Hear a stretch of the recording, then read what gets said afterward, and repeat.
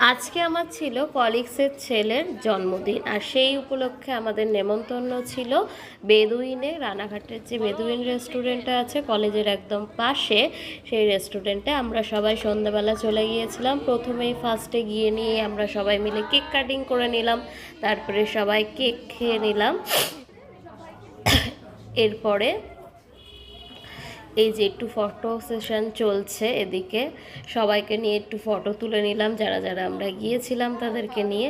তারপরে শুরু হলো খাওয়া দাওয়া। ফার্স্টে দিয়েছে হচ্ছে ফিশ ফিঙ্গার। সবাই আমরা ফিশ ফিঙ্গার খুব আনন্দ সহকারে তো খেয়ে নিলাম একেবারে।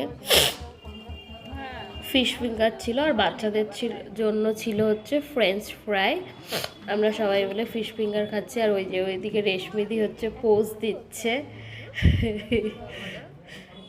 হেভি লাগছে বেশ ব্যাপারটা। এবার ফিশ ফিঙ্গারটা তো আমরা অনেকক্ষণ ধরে খেলাম, অনেকক্ষণ ধরে, মানে শেষই হচ্ছিল না, আরও দিতে চাইছিল। দুটো ফার্স্টে দিয়েছিলাম, তারপরে আরও হাফ নিতে নিতে আমার 3টে খাওয়া হয়ে গেছে ফিশ ফিঙ্গার। ফিশ ফিঙ্গারটা তো দারুণ ছিল।